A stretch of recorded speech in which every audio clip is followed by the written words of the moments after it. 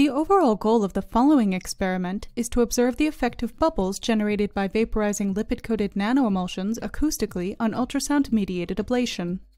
This is achieved by first dispersing lipid-coated nanoemulsions through albumin-loaded polyacrylamide hydrogels. As a second step, a focused transducer transmits short high-amplitude pulses into the hydrogel, which vaporize nanoemulsions locally at the focus.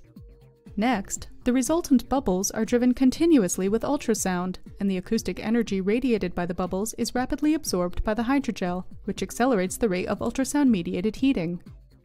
The results show that the presence of bubbles dramatically reduces the time and energy required to heat the hydrogel beyond the threshold temperature for protein denaturation, resulting in faster and more efficient ultrasound-mediated ablation.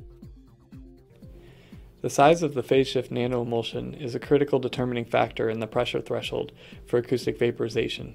We have developed a protocol for producing stable phase shift nanoemulsions with narrow size distributions and well-defined vaporization thresholds, as well as an in vitro system for evaluating impact on ultrasound-mediated ablation. While an in vitro system is described, the phase shift nanoemulsions are designed to see extravascular tissue and solid tumors with particles that can be vaporized acoustically. Bubbles that are formed can then be used for diagnostic or therapeutic applications in the management of cancer.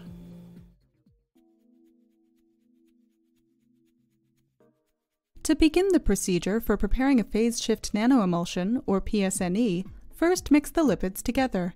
Dissolve 11 mg of DPPC and 1.7 mg of DSPE PEG 2000 in chloroform in a glass round bottom flask. Place the round bottom flask in a 50 degrees Celsius water bath in the chemical fume hood and use a stream of argon gas to evaporate the organic solvent.